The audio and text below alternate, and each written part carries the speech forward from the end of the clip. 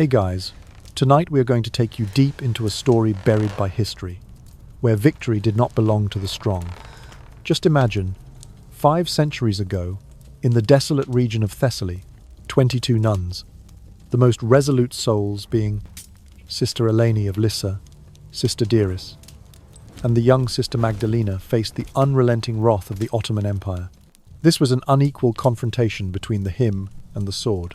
After witnessing their convent turned to ashes and their abbess executed, their fates were sealed in chains and eternal darkness.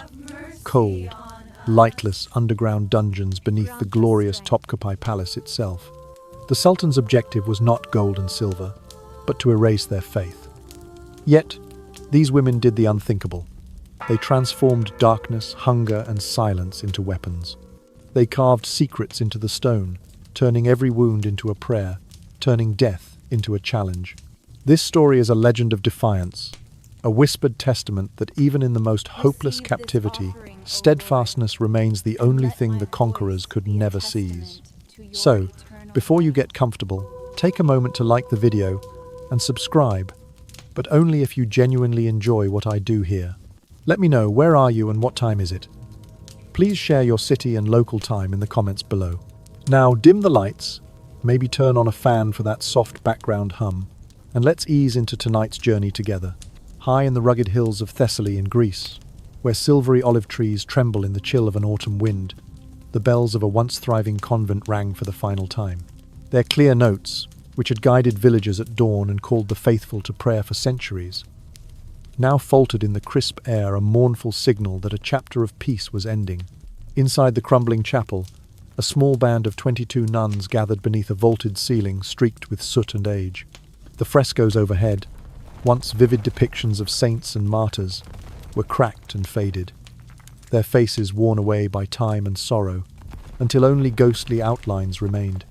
In the hush that followed the last toll, each sister knelt upon the chipped marble floor, hands clasped around rosaries whose beads were smooth with decades of devotion.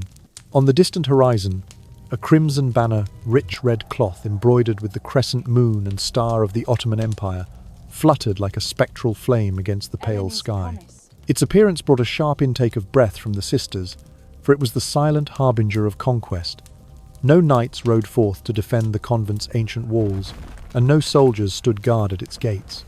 Only stillness reigned, heavy as a closing shroud, broken only by the rustle of olive branches stirred by the wind. At the front of the chapel, Sister Eleni of Lissa rose from her place at the altar. Slender and pale, her silver-greyed hair bound beneath a simple black veil, she bore in her hands a battered crucifix of silver, its surface scarred by storms and time, each groove a testament to trials weathered by generations of nuns before her. Quietly she held the cross aloft, its gleam muted in the dim light of leaking candles. Her voice, though soft as a sigh, carried with the authority of one who had shepherded souls through decades of both joy and grief. "If they breach our walls," she whispered, "hold your vows within your hearts. They cannot steal what we carry in secret." Those words, spoken in the gentle accord of ancient Latin prayers, wove through the chapel like the last notes of a dying lullaby. For a brief moment, hope fluttered a fragile bird cloaked in faith. The sisters closed their eyes, imagining that the sanctity within might shield them from the violence looming so close outside. Some clutched small metal containers that held fragments of saintly bone. Others pressed silk-wrapped relics beneath their robes, believing that even if their bodies were torn away, their faith might endure. But the advance of history's destructive tide pays no heed to whispered vows. Far beyond the chapel doors, the rumble of cannon wheels swept across the courtyard. The first shot reverberated like a roar of vengeance, and the heavy iron gates shivered under its force. A second, more thunderous volley shattered the peace entirely, sending splinters of wood and stone tumbling into the air. Each blast was more than a weapon aimed at brick and mortar. It was a statement of power meant to obliterate not only fortresses but the spirit of those who defended them. Inside, the sisters rose as one, their white habits dusted with ash and silence. The hymns that once filled these halls were stifled beneath a blanket of shattered masonry and the acrid stench of gunpowder. The silver crucifix slipped from Sister Eleni's fingers, clattering against the flagstones before vanishing into the gathering smoke. In the sudden chaos, The boundary between sanctuary and battlefield dissolved in an instant. Yet even as the convent's walls rattled and the air stung with embers, the sisters clasped one another's hands, their faces, illuminated by the glow of torches thrust through broken windows, bore expressions of both sorrow and resolve. In that charged moment, they understood that their true fortress was not built of stone, but of shared conviction, an invisible stronghold forged by generations of whispered prayers. When the dust settled and the gates lay in splintered ruin, the Ottoman banners rose above the chapel's ruins. The convent, once a bastion of quiet devotion, was no more. But the echoes of that final toll and the words Sister Eleni had spoken lingered still soft, enduring, and unyielding. In the heart of each sister the vow remained. No force on earth could strip them of what lived unseen, where faith alone held the power to endure. As the sun dipped toward the horizon, the first stones of the convent began to give way beneath the thunderous roar of Ottoman artillery. By the time the sky took on its deep lavender hue, the once proud chapel walls were pocked with shrapnel scars, and great chunks of masonry lay strewn across the courtyard like fallen giants.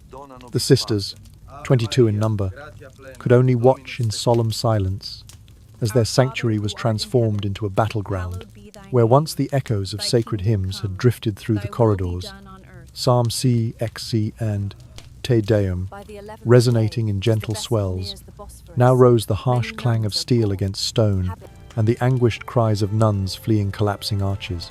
There was no waste of effort in the Ottoman assault. Their archers did not squander arrows on consecrated ground. Instead, they unleashed heavy cannon fire upon the stout oak doors that had withstood many a storm. Each deafening discharge served as both a dire warning and a bold proclamation. To these conquerors, the convent was not holy ground, but a defiant symbol, proof that the cross dared still to rise upon land claimed by their empire. Inside the embattled walls, the sisters' hearts pounded in time with the cannon blasts. Sister Eleni of Lissa, slender figure outlined by flickering embers, signaled to her companions to secure the relics. Together they lifted fragments of silver chalices, intricately embroidered icons, and small bone shards, remnants of saints revered since the early centuries of Christendom, and concealed them beneath loose flagstones in the nave. Their faith, they believed, might survive even if their bodies did not. Sister Magdalena pressed her palm against the cold stone to seal the last tile, murmuring a prayer that these treasures would remain hidden until the day when peace returned. But the Ottoman soldiers, eyes hooded with determination, did not seek earthly treasures. Their mission was grimmer, to crush the very essence of belief that had sustained the convent for generations. By nightfall, the surviving 19 sisters, 3 having been injured in the debris, found themselves herded into the courtyard. There, torchlight danced off broken pillars, casting long, wavering shadows that appeared to shift like wraiths across the trampled grass. The air was thick with acrid smoke and the metallic tang of cannon shot. Bound by their wrists in coarse hemp rope, the sisters formed a tight circle as a stern officer strode forward, his boots crunching on shattered terrazzo. In a voice as cold as the steel of his scimitar, he announced that they would be taken before the Pasha, a promise that carried a dreadful weight, for few who met that promise ever saw the break of dawn again. The Pasha, governor of the region, was said to be both merciful and merciless in turn, granting clemency to those deemed useful and quick judgment to those stubborn in their faith. In the courtyard centre, Sister Dearis of Corfu, her once bright veil now muddied by ash, met the officer's gaze without fear. Her lips parted to speak, but no sound escaped. Instead, she bowed her head and offered up her silence, as a testament to the vows she would not betray. Around her, the other nuns clung to one another, their habits torn and stained, yet their resolve unbroken. The officer's torchlight revealed a blend of defiance and despair in their eyes. 19 souls aware that their path led away from home, toward a fate uncertain under the watchful glare of imperial authority. As torches were snuffed and gates groaned open, the sisters were driven out across the dew-coated grass, their footsteps muffled by the fallen masonry. Each step carried them farther from the echoes of their chapel bells, and deeper into a night that promised no sanctuary. Throughout that long, cold night, the nuns walked in the shadow of olive groves whose gnarled trunks whispered of centuries past. The moon, a pale guardian in the sky, offered scant light, revealing only the silhouettes of their ragged procession. When at last they halted at the edge of the forest, the torches were extinguished, and only the hush of crickets and the wind's soft sigh accompanied their final moments of freedom before dawn. The promise of the Pasha hung over them like a silent shroud, as they awaited the dawn carriage that would bear them toward conquest's heart. Whatever lay beyond that promise, they knew their faith had already been tested to its core. Though bricks had fallen and cannons roared, the covenant held within their hearts remained intact, a fragile, enduring flame that no army could wholly extinguish. And so, beneath the watchful stars, 19 women stood bound yet unbowed, poised on the brink of a destiny neither chosen nor known, their voices stilled by rope, but their spirits singing a silent hymn of unwavering devotion. What followed became a cruel legend, so grim that even the church's chroniclers dared not record it in full. By the pale light of dawn, the convent had been reduced to smouldering ruins. Only ash and broken tiles remained, where sisters once shared bread and silence in the refectory. Thin wisps of smoke curled from the collapsed roof, carrying the last scent of charred incense. Above the ruin, the Ottoman banner, deep crimson embroidered with a golden crescent, fluttered atop the bell tower stump, proclaiming conquest to the waking world. Yet in the courtyard's centre, something utterly unexpected occurred. Rather than the wails of despair that the soldiers anticipated, those assembled heard a trembling, defiant sound, the faint beginning of a hymn, rising above the crackle of embers. Bound by coarse ropes, the 19 surviving nuns formed a loose circle beneath the broken arches. Their habits, once pristine white, were scorched and streaked with soot, yet their voices, though fragile, blended into a clear, unwavering chorus. They sang Agnus Dei, Chiên Thiên Chúa, Đấng xóa tội trần gian, their Latin words, drifting into the smoke-filled air. Their voices quivered like candlelight in a draught, yet never faltered. Each note was a testament not to hopelessness, but to unbroken resistance. The Ottoman captain, who had expected terror, paused in astonishment. His torchlight wavered as the strains of Agnus Dei echoed through the rubble. Moved by equal parts curiosity and frustration, he ordered his guards to seize the Abbess, Sister Eleni of Lissa. Dragged forward, Sister Eleni stood before him, clutching the battered silver crucifix she had rescued from beneath the chapel floor. The metal still gleamed, despite its dents, a stubborn symbol of faith. The captain's voice, gruff with authority, offered her a choice. Renounce her God and accept the conqueror's faith, and her sisters would be spared. He gestured toward the circle of trembling figures, their rope-bound hands raised in silent challenge. In the hush that followed, Sister Eleni lifted her head, eyes bright with serene conviction. Her voice, though hushed, carried an eloquent finality. I have already given my life. What more do you believe you can take from me? A flicker of something pity perhaps crossed the captain's face as he hesitated. For a breath, the world seemed to pause on the edge of mercy and cruelty. Then, with a curt turn, he stepped back and motioned to his men. Sister Eleni was left standing, abandoned to the same fate as her companions, her fate now entrusted to the very soldiers who had bound her. What transpired next was swallowed by the smoke and time. Ottoman records, triumphalist in purpose, merely noted that discipline was enforced upon stubborn captives.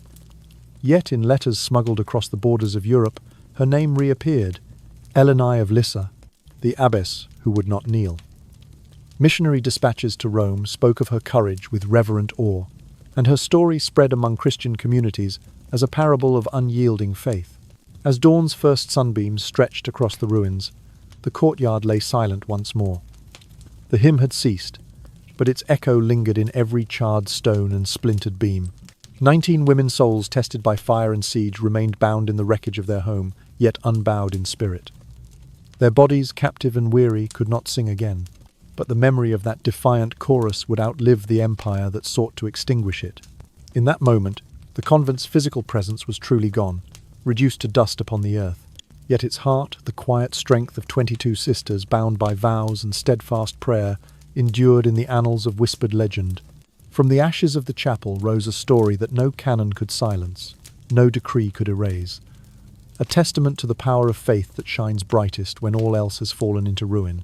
When the first shafts of dawn glimmered across the ruined bell tower, the great bronze bells, once the heartbeat of the convent, had already been melted down into coin. Overhead, the wooden roof cross lay dismantled, loaded onto wagons bound for the farthest reaches of the empire as trophies of conquest.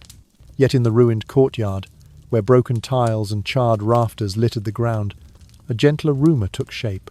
Villagers in the nearby hills of Thessaly told one another, in hushed voices by fading firelight, that when the autumn wind sighed through those hollowed stones at night, one could still hear the soft murmur of women's prayers. And so, almost before the last curl of smoke had dissipated, the survivors, 22 women in habits torn and blackened by soot, were driven southward across the scorched earth. Their ankles were bound by iron shackles, each link cold and unyielding against the fragility of bare skin. Ottoman cavalrymen in gleaming mail guided the procession along the coastal road, their banners dipping in the sea breeze as they turned the nuns into living proofs of imperial dominion. For the empire, these women were not prisoners of war, but living trophies, symbols of a faith conquered as surely as any fortress. Day after day, under a sun that felt like a blade of heat, the sisters pressed onward. They had never ventured beyond the convent's walls. Yet now they moved through olive groves and parched fields, as if sleepwalking through a dream of fire. Their habits, once flowing and white, clung like shrouds to weary shoulders. When thirst or exhaustion felled one of them, her sisters knelt in the dust to lift her gently off the road, drawing her out of the path of hooves lest she be trampled. With trembling fingers they would adjust her veil, brushing away grains of dirt to preserve a shred of dignity, and then rise as one to continue their doomed pilgrimage. In that simple act, holding one another when all else had been stripped away, they embodied the final words of their abbess. If you cannot keep the cross, hold one another. Those words, uttered beneath a shattered altar, became their steadfast creed on the 7-day march to the port of Volos. On the 7th evening, with legs bowed and hearts weighed by silent prayer, they arrived at the quay where Ottoman barks lay moored.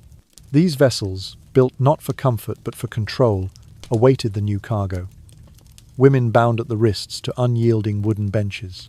One by one they were guided aboard, each bench scarred by iron shackles that bit into flesh already marked by hardship. Their wrists were locked fast, the metal biting into skin as if to ensure that no ember of resistance could flare to life. Below decks, the sisters sat side by side, each breath rising in quiet clouds amid the ship's musty gloom.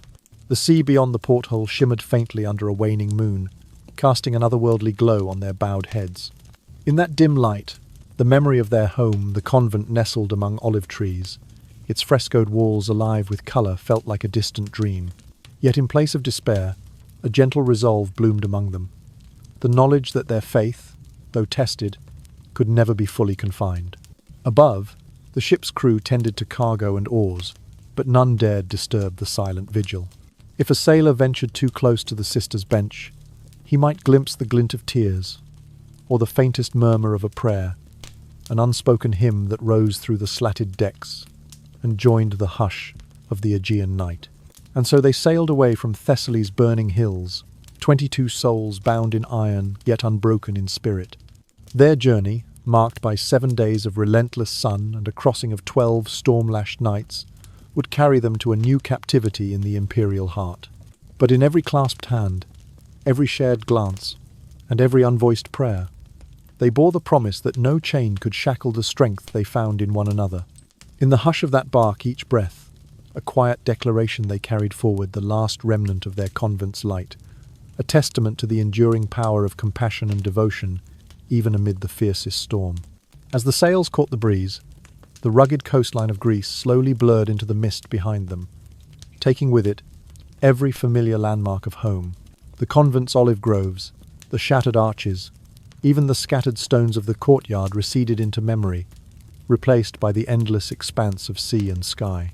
Aboard the Ottoman bark named Efsane, the ship's overseer Isef Aga kept meticulous records in his leather-bound logbook. Under headings dated June the 5th, 1542, he listed cargo, barrels of pepper and cinnamon, crates of coin, bolts of cloth, and, incongruously, 22 religious captives. That very ledger, rediscovered centuries later in the archives of Istanbul, would vindicate a tale long dismissed as myth. For 12 days, the sisterhood's ordeal continued upon the rolling deck. Storms struck the vessel with merciless ferocity, grey skies cracking with lightning, waves slamming against the hull in thunderous crescendo.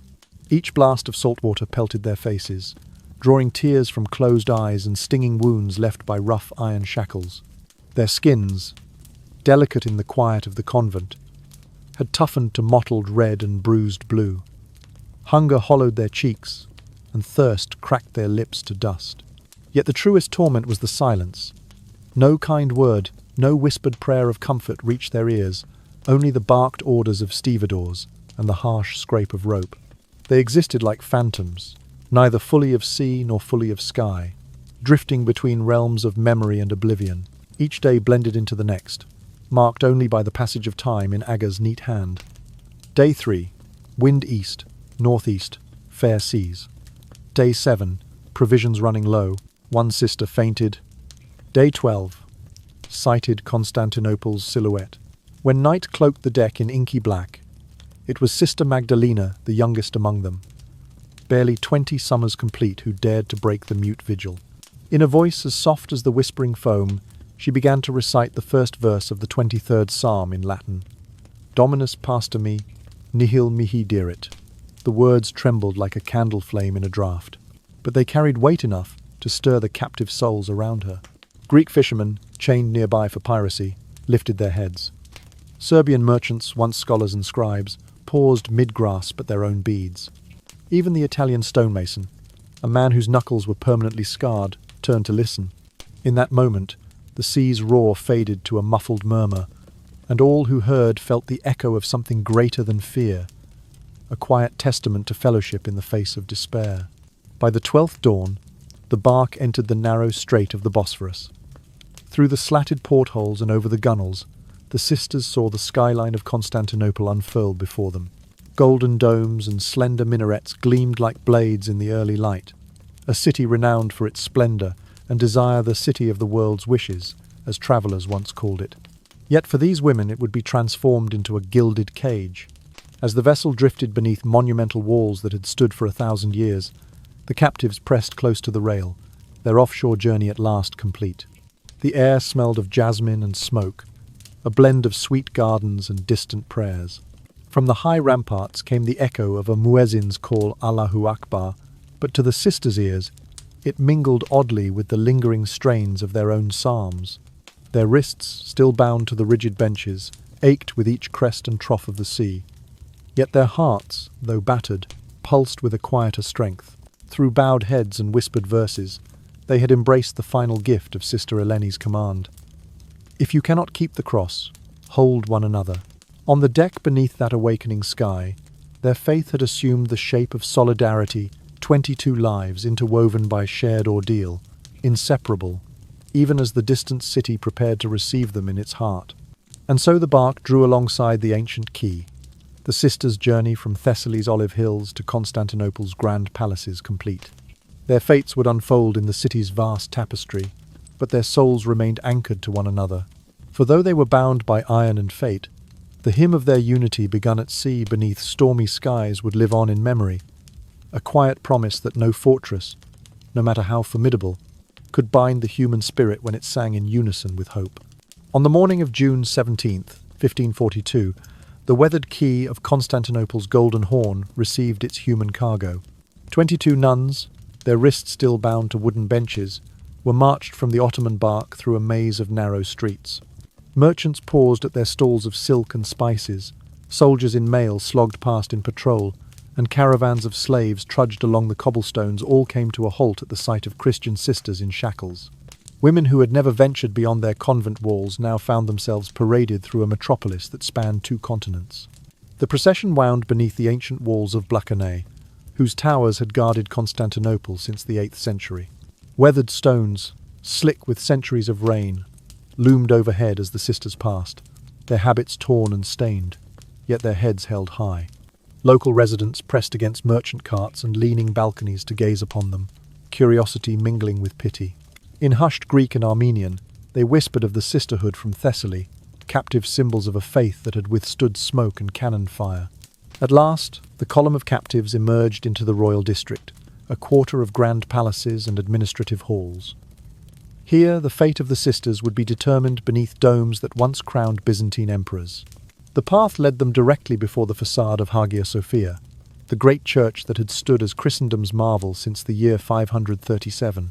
Now, its vast arches and golden mosaics watched over them with silent indifference as they were ordered to their knees upon the cold marble pavement. Above them, from the minarets that had supplanted Constantinople's sacred skyline, the muezzin's call to prayer rose in solemn cadence.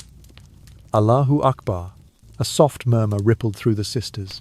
One of the elder nuns, her voice barely more than a breath, leaned toward her neighbor and whispered in Latin, "We have returned home, but it is no longer ours."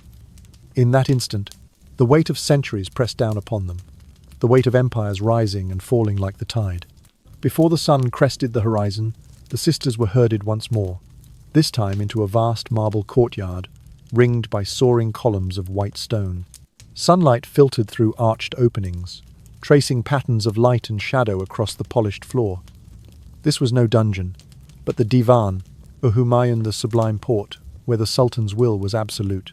Here, law and faith were interwoven by imperial decree, and no mortal power could rival the Sultan's command. At the center of the hall sat the Grand Vizier, his dark robes embroidered with crescents and stars. His face, framed by a neatly trimmed beard, revealed nothing of mercy or disdain. To his left, a row of Ottoman scribes waited, each with reed pens poised above parchment scrolls. They would record every detail, names, ages, and intended use of these Christian captives. Their quills scratched as the sisters knelt before them, the soft sound a stark counterpoint to the sisters' ragged breaths. Every whispered plea and every syllable of refusal would be committed to the ledgers that still survive in archives today. A translator stepped forward to deliver the Sultan's decree. Those who accepted conversion to Islam would be granted new names, spared further punishment, and allowed service within the palace.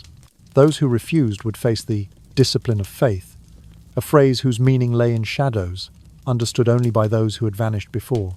Silence settled over the courtyard, like a shroud as the Grand Vizier's words echoed from the vaulted roof. In that hush, a single sister, Sister Dearis of Corfu, rose from her knees, habit torn but dignity intact. She approached the dais and spoke directly to the Grand Vizier in measured Latin. "You may write our names as you will, but you cannot write our prayers upon this parchment." Her voice, though soft, resonated in the marble expanse. The translator hesitated before rendering her defiance in Turkish. The Grand Vizier's expression remained unreadable, yet the room seemed to hold its breath. Then, with a barely perceptible nod, he dismissed them. Guards moved in to remove the chains from those who would recant in preparation for baptism, and to lead the resolute few deeper into the palace's labyrinthine depths. The sisters who remained bound exchanged glances of solemn solidarity. Each understood that their silent refusal was itself a psalm of resistance, echoing far beyond the columns of the divan, Humayun. As they were led away, the courtyard emptied to the lone scratching of quills upon parchment. The quills recorded the decisions of empire, but they could not record the quiet strength that trembled in the hearts of 22 women who, even as kingdoms rose and fell around them, held fast to the vows they bore in secret.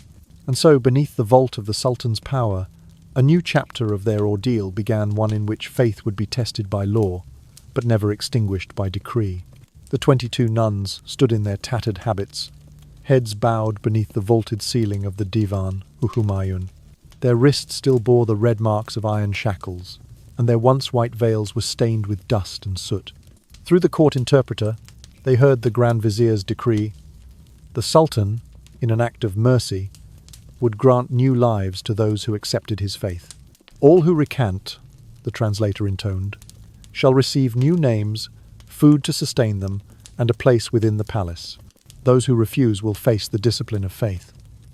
A hush fell, broken only by the distant murmur of quills scratching parchment in the record rooms. No voice answered. Sister Magdalena, slender and trembling, glanced at her companions. She had witnessed the fate of those who yielded the two Corfiot twins, Sister Maria and Sister Helena, who had recited the required oath and been clothed in blue silk before disappearing into the palace's inner corridors. Their absence had hung over the remaining sisters like a grave warning. Before the guards could seize Sister Magdalena for refusal, an elder stepped forward. Sister Dearis of Corfu, her once black veil now dulled to charcoal, walked deliberately down the marble aisle toward the dais. She did not address the vizier as a pleading captive, but as one who had seen empires rise and wane beneath the same sky. Her voice, though soft, carried an unwavering authority. "Thâu lãnh chúa," she began. "Ngài có thể đổi tên chúng tôi, nhưng Ngài không thể viết lại những lời cầu nguyện chúng tôi mang theo." Ezru, the interpreter paused, his reed pen hovering mid-air as he chose words to render her Latin-inflected vow into Ottoman Turkish. The Grand Vizier's face remained impassive, his dark eyes unreadable beneath heavy brows. After a moment's silence, he spoke in measured tones. "Lời cầu nguyện sẽ phai mờ khi lưỡi quên cách nói chúng," Herr replied, his words chilling in their finality. "Prayers fade when the tongue forgets how to speak them." With that single phrase, the offer of mercy was withdrawn. Guards moved to surround the sisters, no longer to guide them toward baptismal fonts, but to lead them away from the marble hall. As Sister Dearis returned to her place among the silent circle, the clatter of iron sandals echoed through the corridors. The nuns were not taken to the scaffold, nor to immediate execution, but deeper into the palace's bowels down winding staircases, into the low chambers of Topkapi Palace. The low dungeon floors were slick with damp, and the air smelled of mould and decay. Torches mounted on the rough-hewn walls cast flickering shadows on the narrow passageways. Here, unclassified captives were kept, those deemed neither fit for service nor worthy of formal martyrdom. The sisters, each clutching the hem of her habit as if it might offer comfort, descended into this subterranean world. Once the final iron door slammed shut, they found themselves in a vast chamber lined with low benches and straw mats. The ceiling pressed down low, as though to crush the light from their spirits. There were no windows, only a shaft of stale air where a barred grate perched high above. A single guard stood watch at the door, his silhouette rigid in the dim glow. Sister Eleni of Lissa, still gripping her silver crucifix, its surface dulled by grime, looked upon her sisters with steady calm. She whispered in Latin, "Fides nostra lumen est in tenebris." Our faith is light in darkness. The words drifted through the chamber, offering a fragile spark of hope. In the days that followed, the sisters adapted to this new, silent confinement. Stripped of their habits, they were clothed in coarse tunics and given meagre rations, hardened bread twice a day, and water drawn from a distant cistern. Each morning they rose from their straw pallets and knelt together in the stale air, praying in low voices that only they could hear. The guard, a veteran of many campaigns, learned to recognize the shape of their bowed forms as a sign not of weakness, but of unbroken conviction. As the weeks passed, the chamber's damp stones absorbed traces of whispered Latin and Greek. Sister Magdalena, her voice steadier now, began to recite psalms beneath the guard's breath-catching gaze. The echoes of Agnus Dei, qui tollis peccata mundi, rose softly and fell away, like a memory in the making. Sister Dearis, meanwhile, sketched small crosses into the clay wall with chipped pottery, each one marking a day of endurance. The discipline of faith, that so many feared, proved not to be immediate death, but a slow, deliberate trial of patience and solidarity. No overt torments were inflicted beyond the daily grind of servitude and the constant threat of oblivion. Yet for the sisters, each sunrise brought the test anew. Would they bow, or would they remain silent guardians of the vows spoken under fresher skies? And so, in the heart of one of history's greatest palaces, 22 women now reduced to a handful wove an unspoken covenant. Their bodies were confined by stone walls, but their spirits roamed free in the realm of memory and prayer. With each passing day, their unity grew more profound, a living testament to the power of shared devotion.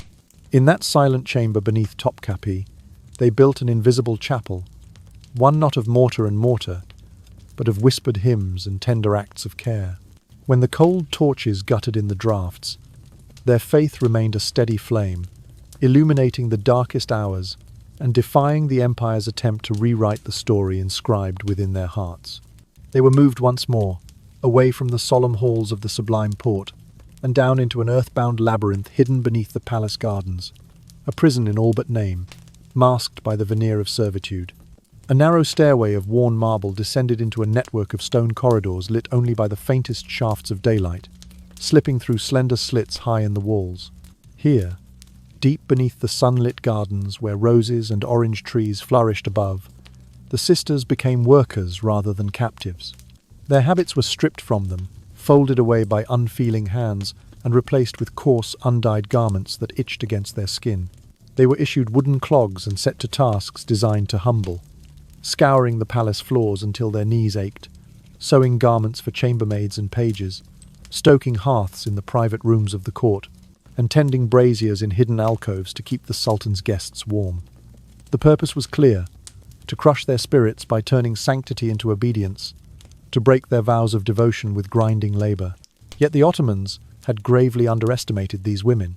They failed to recognize that these nuns had already lived under vows of silence and renunciation, that hunger and cold and solitude had been familiar companions long before this subterranean ordeal.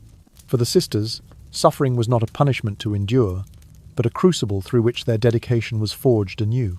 Where the guards saw broken women, the sisters recognized themselves as warriors of faith, their discipline a suit of invisible armor. At dawn they rose from wood straw pallets, damp with condensation, and as the first week waned, they learned to navigate the maze of corridors with quiet precision, exchanging only necessary words in hushed tones. Each day followed the rhythm of simple chores and silent prayers, yet their inner lives remained untouched by the palace's cruelty. When night fell, and the corridors grew too dark, even for the faint glow of a single oil lamp, the sisters stole away to a small chamber sealed by an iron grate. There, in the hush of stone and shadow, they resumed their sacred rites.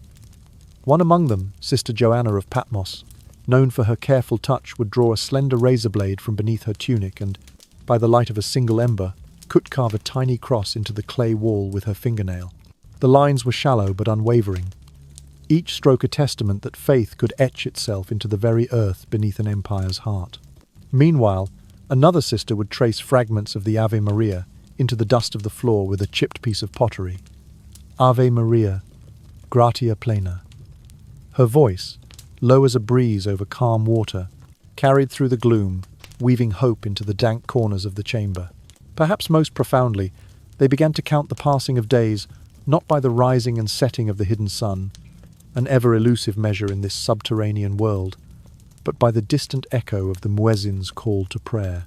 At dawn and dusk, when the palace's outer courtyards filled with the resonant chant of Allahu Akbar, the sisters listened intently for the faintest echo, if it could penetrate the thick vaults. The rhythm of those sacred words became their defiant clock. They did not learn a new creed, but they marked time as though to challenge the empire itself, insisting that their faith would not be rewritten. In that underground realm, the sisters' secret rituals bound them together more tightly than any chain. Each carved cross, each murmured verse, each measured heartbeat under the stone dome became a link in a chain of solidarity that no shackles could sever. They found in their shared adversity a profound communion, a living cathedral built of whispered prayers and hidden symbols rather than marble and mosaic. Occasionally a guard would pause outside the grated door, hearing the stir of movement or the faint scrape of pottery against clay. He might mutter a joke or scowl, but he never entered, perhaps unsettled by the quiet intensity, or perhaps respecting an unspoken boundary. It was as though the nuns' devotion had woven an invisible barrier around their hidden chapel. Days bled into weeks, and the sisters' bodies grew leaner, their skin dappled with the copper bronze of palace fires. Yet their eyes, when glanced at in fleeting moments, burned with a gentleness that outshone the braziers in the rooms above. In the darkness, they had reclaimed a light that no imperial decree could dim. And so, beneath the palace of countless splendors, 22 women transformed a place of subjugation into a sanctuary of resistance. Their discipline, tempered by hunger and prayer, became their shield. Their silent hymns, rising from the dungeon's heart, echoed louder than any cannon blast heard in the hills of Thessaly. In those candleless chambers, they discovered a paradox: that true freedom can flourish in the narrowest of spaces, and that the most profound worship may emerge not in towering domes, but in the hush of clay walls and the quiet communion of souls who refuse to yield. Their hidden chapel, formed of carved crosses and whispered verses, stood as a reminder that the human spirit, when bound by unwavering faith, can transcend even the deepest darkness.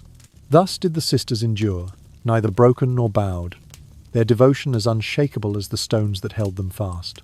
And though the world above passed them by in grand processions and lavish ceremonies, it was in these dark corridors that the truest testament to their faith was written line by trembling line, cross by resolute cross into the very bedrock of history.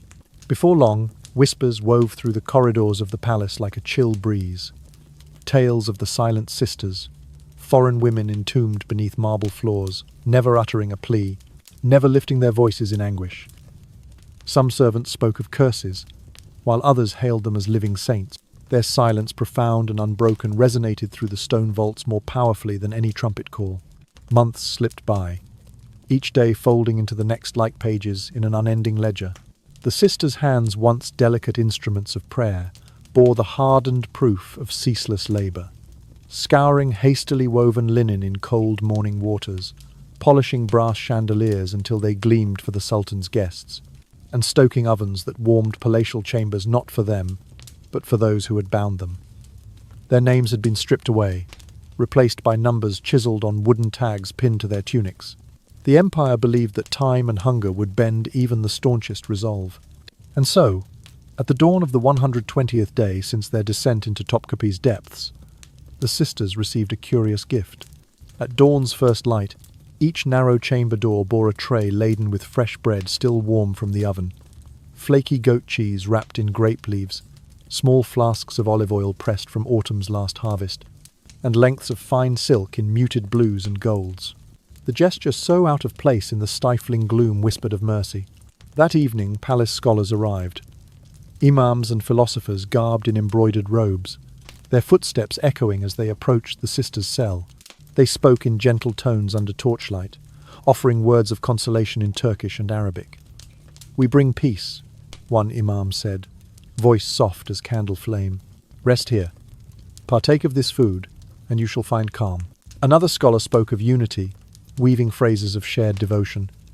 "Our God and yours are not foes. Embrace our language so we may speak of mercy together, and you shall know freedom within these walls." The offer glittered like a mirage, the promise of rest, of warmth, even of small freedoms. Yet the sisters understood its true measure. To accept this kindness would be to relinquish the tapestry of their memories, the dawn vigils in their olive grove, the final toll of their convent's bells, the taste of bread shared in silence.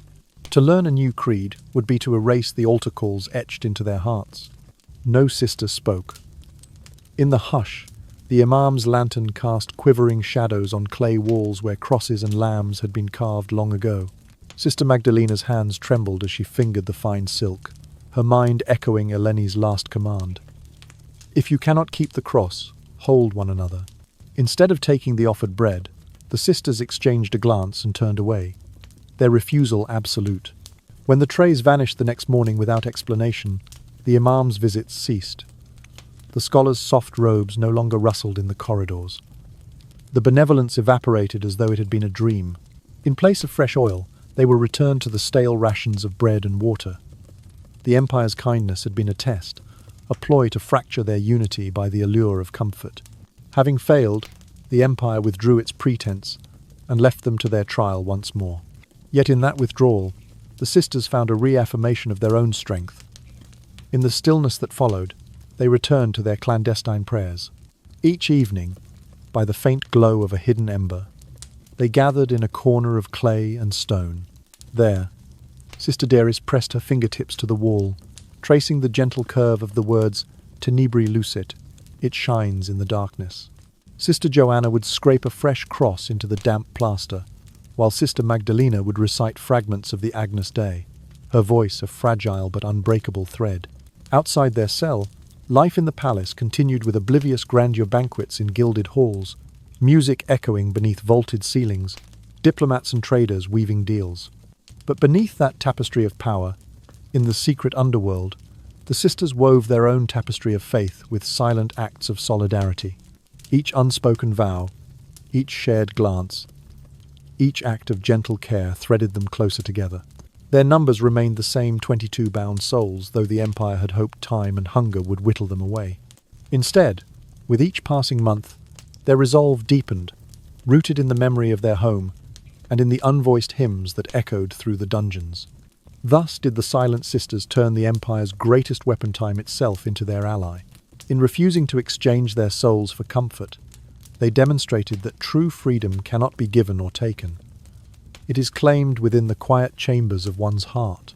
And though the Empire had shrouded them in darkness, their collective silence blazed a path of unbreakable faith, transcending the cruelty of chains and the hollow promises of false mercy. In the hush of those hidden corridors, beneath the gardens and beneath the palace's gleaming domes, the Silent Sisters stood as living proof that compassion and conviction need no voice to resonate, and that, even in the greatest depths, the human spirit can sing its brightest hymn of resistance. When the guise of generosity finally fell away, the sisters found themselves plunged once more into darkness and scarcity.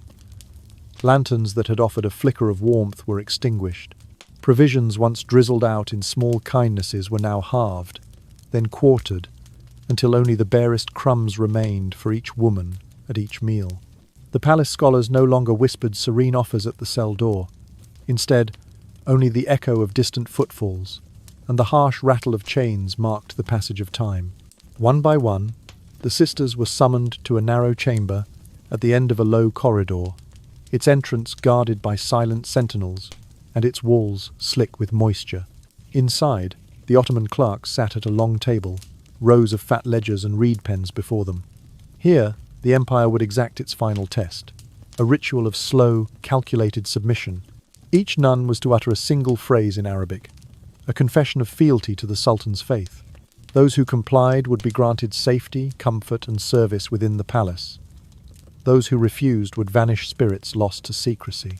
There were no grand spectacles of cruelty, no axes raised to the sky. Instead, the method was insidious.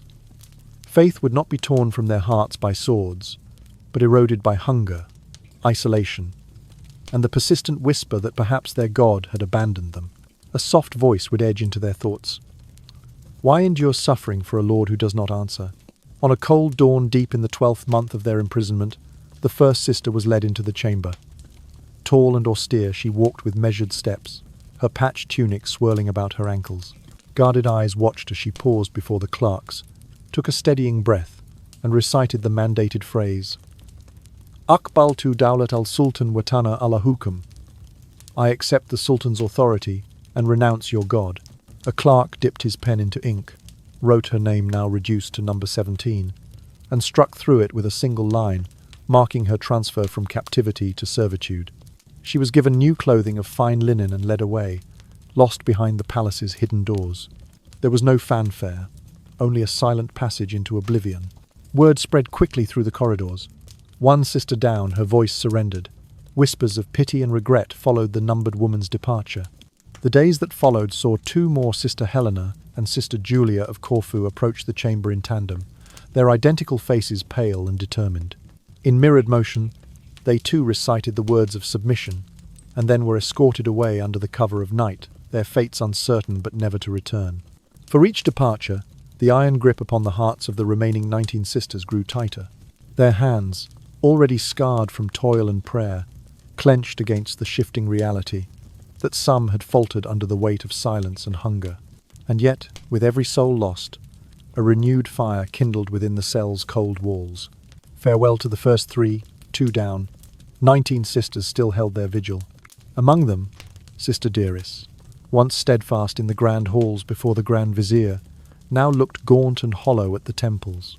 When a guard, unfamiliar with her history, demanded her number, she stepped forward with a wry smile. He reached for his quill, ready to record her compliance or refusal. She met his eyes and whispered in her native tongue, "Call me Silence." Aye, with that single declaration, she signalled the final renunciation of their oppressor's power. From that moment forward, none of the remaining sisters spoke a word to their jailers.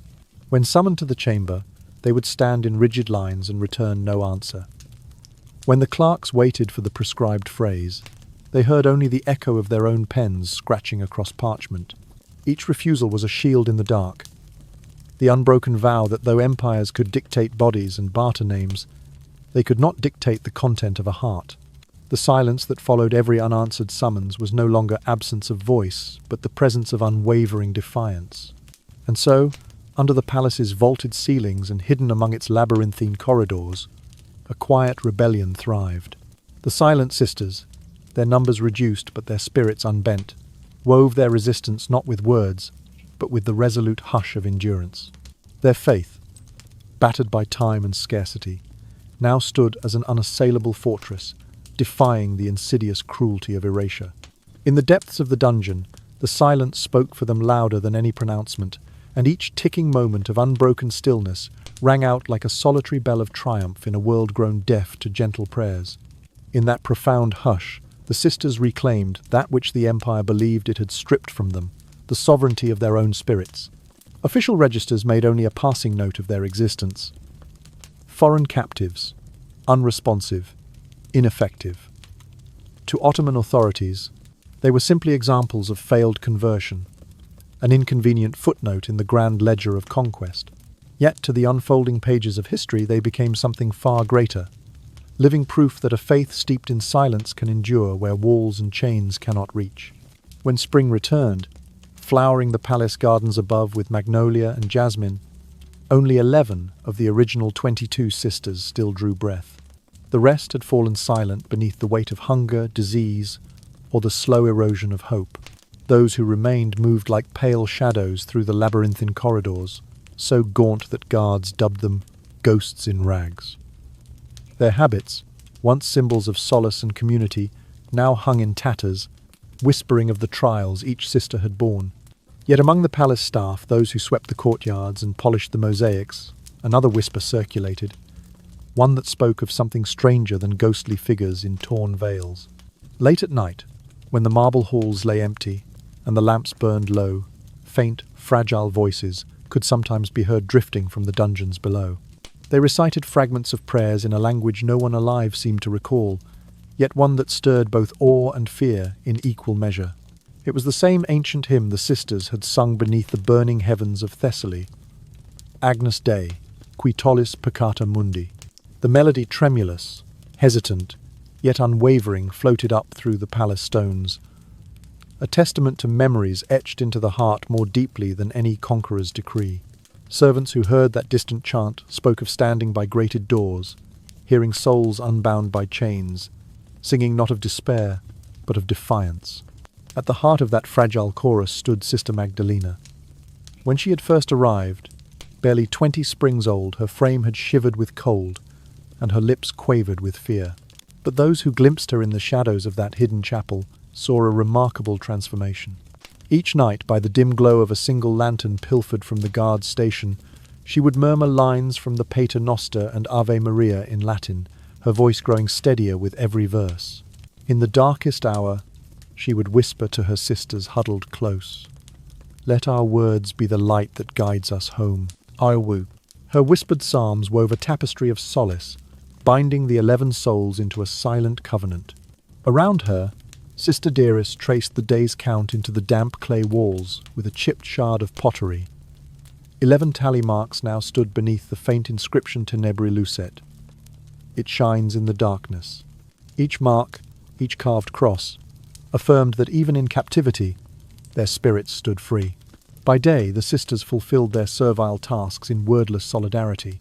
They swept the palace floors polished for imperial banquets, sewed silken robes never meant for their own shoulders, and tend the hearths that fed nobles above these hidden chambers.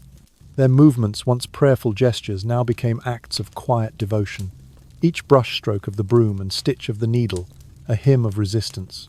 And so the Empire's greatest weapon, time itself, proved powerless against their resolve. Each sunrise found 11 survivors. Each night heard 11 voices rising in a hymn older than any empire. Their silence, sustained across months of darkness, spoke louder than the grandest proclamation. Long after the chronicles ceased to mention them, after decrees and ledgers were stored in vaults and forgotten beneath dust, the memory of the silent sisters endured in every hushed corridor and every tremor of a whispered prayer. They became a living parable, that faith need not flash in brilliance to be real. It may glow an enduring ember beneath the harshest oppression. And as you drift towards sleep, let the sisters' silent hymn echo softly in your mind. May their quiet strength remind you that even when the night is deepest, a spark of hope can remain enough to guide the heart through darkness and into the promise of dawn. Deep beneath the opulent spires of Topkapi Palace, beyond the damp corridors where even the faintest ray of sunlight dared not venture, the 11 surviving sisters stumbled upon a forgotten refuge, a sealed, arched doorway hidden behind a tumble of dust and fallen stones. At first, it seemed merely a hollow niche, a place to take brief shelter from the relentless pace of palace life above. Yet, as the days passed, this neglected alcove took on a sacred quality, becoming their secret chapel. Scattered across the uneven floor lay fragments of pottery tiles from collapsed walls or broken vessels long since discarded. The sisters gathered these shards and repurposed them as makeshift candle holders. Each evening, by the glow of a single taper, they pressed a piece of broken tile into the soft earth to cradle the flame. The light danced off the rough clay walls, chasing away the darkness that had gripped their hearts for so long. A ragged strip of linen, once thrown aside by a chambermaid, was washed and laid upon a flat stone to serve as a modest altar cloth. Though its edges were frayed and its colour bleached by countless washings, it bore the sisters' collective hopes. Sister Joanna smoothed the linen with careful fingers, as though preparing the finest cloth for a royal feast rather than a hidden vigil. In a moment of resourcefulness born from necessity, Sister Magdalena retrieved a shard of mirror glass from the rubble, its reflective surface chipped and tarnished. With that small fragment, she crafted a crude cross. Placing it atop the linen altar, she whispered a prayer of gratitude for having this slender emblem of salvation. Though imperfect, the cross symbolized everything they had lost and everything they still held dear. Each night, when the palace's torches were extinguished and the clamor of distant laughter and music faded into slumber, the silent sisters gathered in that clandestine chapel. They knelt in a rough circle around the broken glass cross, their voices too weak for song but strong enough for whispered recollection. There were no hymns in grand Latin polyphony, no soaring organ chords, only soft, intimate murmurs, as each woman shared a cherished memory. One by one, they offered their psalms of remembrance. A childhood home nestled among sunlit vines, the distant peal of convent bells at dawn, the first taste of freshly baked bread warming their mouths before morning prayer. Sister Eleni, whose frame had grown frail with time and trial, closed her eyes to recall the scent of sage and rosemary in the garden of their Thessalian monastery. Her voice, though quavering, rose with reverence. "I remember the dew upon the olive leaves," she whispered, "and the promise of light in each new day." Sister Dearis followed with a recollection of the monastery's refectory, where laughter mingled with silence at mealtimes, each shared loaf a sacrament of sisterhood. Sister Joanna, the weaver of pottery shards, spoke of the first tapestry she had embroidered, its threads of crimson and gold weaving a tapestry of devotion across cold stone walls. These memories, though simple moments from distant days, became the sisters' new liturgy small offerings to a God who still listened in the dark. In the hushed chamber, their recollections intertwined to form a living mosaic of faith, each memory a tile in an unseen mural of hope. A Venetian prisoner, held in a cell nearby for crimes of trade, later recorded hearing these voices. In a letter dated April 3rd, 1667, he described the strange Latin murmurings echoing beneath the palace courts. He wrote that on stormy nights, when torrents of rain pounded the roof above, he could hear women singing faint lines of Agnus Dei, as if carried on the wind itself, a testament to prayers unbroken by stone and steel. Though the princesses of empire slept in silken chambers above, the hidden chapel remained alive with whispered devotion. Flickering shadows cast by the candlelight revealed the carved cross and linen altar each night, then vanished with the wick's final sputter. Yet the memory of those gatherings endured, a fragile sanctuary in the heart of desolation. In that secret sanctuary, the sisters forged the truest testament to their faith, that even stripped of name, habit, and freedom, they could summon the sacred from memory alone. Each spoken recollection was a vow renewed, each shared prayer a reminder that sanctuary lies not in walls of stone, but in the chambers of the human heart. And though centuries would pass before the hidden chapel came to light again, its aura never dimmed in the souls of those who knelt there. The silent sisters left behind no grand monuments, Only the faint echoes of remembered psalms and the faint outline of a cross carved in clay, waiting for the world above to remember once more the power of whispered faith amidst shadow.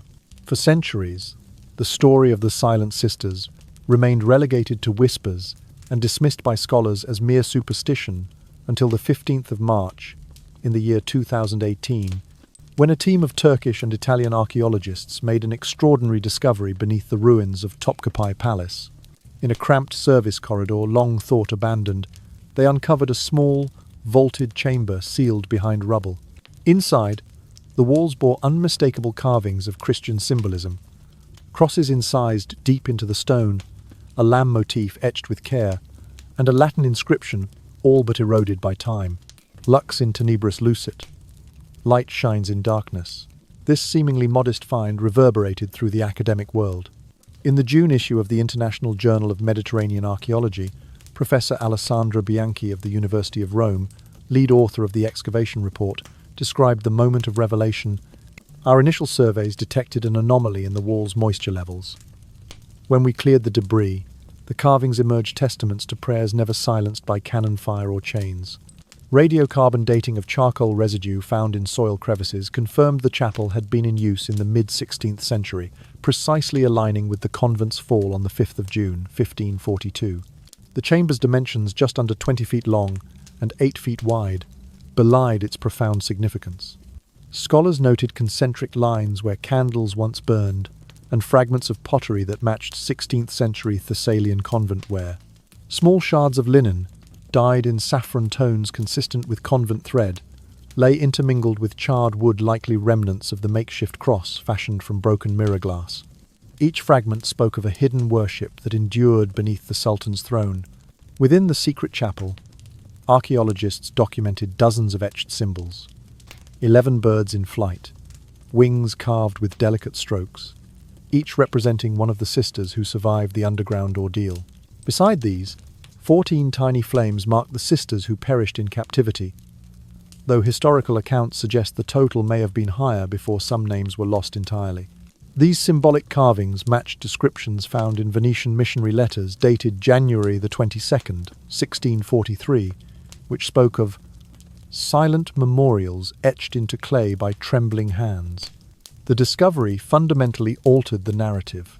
What had been a footnote, foreign captives, unresponsive, ineffective, in Ottoman registers became instead proof of a silent rebellion, delicately inscribed in stone. The carving of Lux in tenebris lucet above the altar niche was no accidental graffiti. It was a deliberate affirmation that faith could not be buried by walls or extinguished by empire.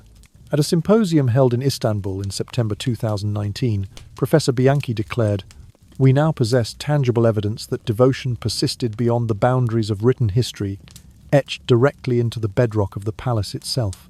These silent sisters left a legacy not of blood or battle, but of quiet courage that echoes through the ages. Delegates from Turkey, Italy, Greece, and the Vatican agreed that this find represented one of the most poignant examples of hidden Christian worship in Ottoman Constantinople. Today, that small chapel lies preserved behind a reinforced glass panel in the Underground Heritage Museum. Visitors walking above tread lightly, aware that beneath their feet rests a space sacred to prayers that never ceased. Through a climate-controlled viewing window, one sees the carved crosses, the Latin inscription faint but legible, and the graceful birds circling 14 tiny flame motifs. Soft LED lighting simulates the slender beam of lantern light that once revealed these secrets to its creators. Although no grand monuments remain to commemorate the sisters, their hidden chapel stands as a silent testament to faith's endurance. The names of Sister Eleni of Lissa, Sister Magdalena, and Sister Dearis are not inscribed on marble plinths, but their memory lives on in these carvings. In each winged bird, in every flicker of flame, and in that enduring Latin phrase, as the world above moves on, the Silent Sisters' secret sanctuary endures an archetype of resilience that transcends culture and creed.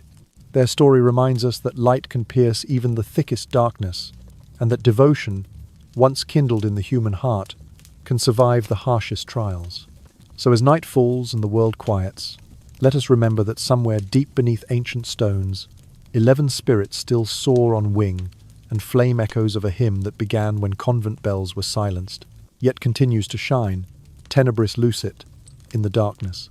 In the year 1482, a new sultan ascended the throne with strict orders to purge any trace of weakness from his predecessor's records. Palace officials, eunuchs and labourers all found their names meticulously recorded, birth dates, duties, household assignments, every detail preserved in the imperial ledgers. Yet amidst the rows upon rows of entries, there lay a glaring omission, a blank expanse where 21 names should have appeared. In the royal archives of Topkapi Palace, under the heading Foreign Detainees, scribes had struck through the expected entries with a single terse notation: unfit for service processed. There was no date of departure, no record of burial, no hint of what followed. Where once there might have sat the names of Sister Eleni of Lissa, Sister Magdalena, Sister Dearis of Corfu, and their 19 companions, there lay only empty lines drifting in the margins of empire. This blank space spoke louder than any decree. It revealed the empire's method of erasure, not with the fire of the cannon, but with the restraint of ink withheld. The sisters' existence was not excised by swords, but by the silence of deliberate omission, an absence so carefully maintained that only those who looked closely could glimpse the void. For centuries, historians pored over these ledgers, puzzled by the missing entries. Some proposed clerical error, others suggested a hasty removal of forgotten traitors. Yet in the absence of context, the blank lines became a testament not to negligence but to intentional concealment. Only those matters deemed shameful were erased so thoroughly, as if the darkness itself swallowed their names. Long after the sisters' buried chapel carved its silent hymns into stone, an Ottoman chamberlain's diary emerged from the archives of Bursa. Dated November the 3rd, 1506, it contained a single cryptic reference: "The foreign women, steadfast in their silence, have vanished beneath the Sultan's palace. Their faith refused the Sultan's hand." Though brief, this entry confirmed what the blank spaces in the ledgers had implied. The empire had purposefully hidden the fate of these women who would not bow. In the decades that followed, European travellers repeated rumours of veiled phantoms beneath Topkapi, yet official histories remained unyielding. The empire preferred that no record survive of the silent sisters, for their very existence contradicted the narrative of absolute surrender and conversion. Yet the void could not entirely conceal them. In hidden corners of convents in Venice and Corfu, letters preserved by nuns who had known the Thessalian sisters cited their names and testimonies. These documents, copied and recopied over generations, found their way into missionary archives in Rome. There, scholars pieced together the fragments, dates, sketches of carved crosses, references to the Latin motto Lux in tenebris lucet, until the sisters' story emerged from the shadows once more. When modern archaeologists uncovered the buried chapel beneath Topkapi, the blank entries in the imperial ledgers took on new significance. They were not administrative oversights, but deliberate erasures, an empire's attempt to deny the power of unwavering faith. Yet in that very silence, a louder truth was written, that those women, whom no canon could conquer, no decree could erase, had triumphed in the only way that mattered. Today, visitors to the historic archives pause before the empty rows, tracing their fingertips over the blank columns that once housed 21 names. They stand beside the sealed chamber beneath the palace gardens, gazing through glass at the faint carvings of birds and flames. In those carved symbols and in the carefully preserved voids of ink, the story of the silent sisters endures a testament that true remembrance need not rely on words, but on the power of absence to proclaim presence.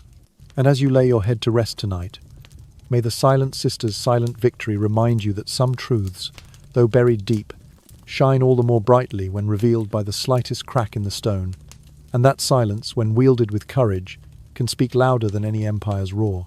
The final known mention of Sister Magdalena comes not from official archives, but from an Italian pilgrim's journal dated August the 10th, 1578, exactly 36 years after the convent's fall. In his account, he recounts a whispered tale shared by a palace maid, whose voice trembled with both fear and reverence. She sang for her God until the guards sealed the chamber door, the maid had confided. Her voice grew fainter, but the hymn Agnus Dei, Qui tollis peccata mundi, lingered long after the door fell silent. The pilgrim, moved by the story, pressed the maid for a name. None was given. Sister Magdalena remained anonymous, known only by that plaintive melody that had echoed through unlit corridors and fractured stone. Yet the song itself proved more enduring than any inscription. Even carved in rough masonry, its fading Latin syllables survived centuries of damp and neglect. Over the ensuing decades, the tale of the disappeared nuns spread through the ranks of palace slaves and servants, like a secret flower blooming in darkness. They spoke of seeing flickers of movement among the pillars, hearing humming beneath the echoing arches. On certain nights, when the moon filled the sky in silver fullness, the lower halls of the palace chilled to an unnatural cold, and the air carried the faint scent of frankincense, though no fire burned there. In the summer of 1712, a French diplomat posted to Constantinople filed his own anecdote to the foreign ministry in Paris. He wrote that among the elder eunuchs and chambermaids persisted a forbidden legend of Christian women whose voices had sung them into heaven, note by trembling note. He dismissed the story as Oriental fancy, yet he admitted that no visit by inner circle officials ever seemed to dispel the rumor. They call it myth, he concluded, but the walls themselves remember. Indeed, the buried chapel where the sisters once gathered had long since fallen back into ruin. Its vaulted brickwork cracked and collapsed, its floor a tangle of shattered tiles and root-tangled debris. Yet in protected niches and shadowed corners, the carvings endured, crosses carved with patient hands, a lamb's outline, and the mottled trace of lux in tenebris lucet. Faint letters of prayers once so bright in candlelight rested etched upon the damp stone, as though each chiselled line drew breath from the sisters' unwavering hope. By the time modern conservationists mapped the site in 1985, the chapel's form was reduced to an outline in the earth, but laser scanning revealed the hidden reliefs, shining through centuries of sediment. Visitors peering through the reinforced glass vault floor could still discern those symbols. Tiny birds arranged in flight, small flames etched near the entrance, and the worn Latin phrase that bore witness to prayers unbroken by time's erosion. In that place of neglect, the silent voices of the nuns spoke louder than any proclamation of empire. Their refusal to be forgotten transformed absence into presence, erasure into testament. Though no gravestone marked their passing, their legacy rests in every carved line, a chorus of memory that endures in the hush beneath the palace. And if, on a still night, one listens with the heart rather than the ear, it is said the faintest echo of their song can be heard, a whisper of women who would not bow, a reminder that true faith shines longest in the darkness. In their silence, they still speak. Now, as the echoes of those silent hymns fade into the stillness, allow your thoughts to drift gently toward the soft glow of hope they leave behind. Imagine the hidden chamber beneath marble halls, its walls once etched by trembling hands, settling into quiet shadow. Picture the tiny flame symbols carved beside each bird in flight, their forms growing dim as the lantern's glow recedes, until only the tender memory of light remains. In that deep calm, know that the story you've heard is more than a tale of walls and chains. It is a testament to something far brighter. It reminds us that even when everything familiar is stripped away, we still carry within us the power to remember who we are, to hold fast to compassion, and to lift one another with whispered prayer and shared resolve. It is the message of friendship forged in darkness, the proof that solidarity can transform any prison into a place of grace. Let your breathing slow, matching the gentle rhythm of those hidden psalms. With each exhale, release the day's burdens, its worries, its haste, its noise. With each inhale, draw in the quiet strength of those 11 sisters, their faith a soft lantern guiding you through the night. Feel their courage settle around you like a warm blanket, a comfort woven from whispered hopes and tender memories. As the images of crumbling corridors and carved crosses dissolve into sleep's gentle haze, carry with you the knowledge that light can be found in the smallest gestures, a shared memory, a whispered vow, a silent act of care. In this shared silence, we discover that our spirits need no grand stage to shine, but only the space to remember, to connect, and to believe. And now, as the final embers of our story glow softly and drift into the embrace of night, rest in the assurance that every quiet act of kindness, every hushed prayer of courage, leaves a trace no empire can erase. May you sleep in peace, cradled by the promise that even in darkness, light endures, and that in your own heart, the memory of solidarity and hope will always burn bright. Good night, dear friend. If you wish to journey again into stories that soothe and inspire, please subscribe to our channel for more gentle tales and soft reflections. Until we meet again in the quiet glow of another telling, sleep well, and let your dreams be kind.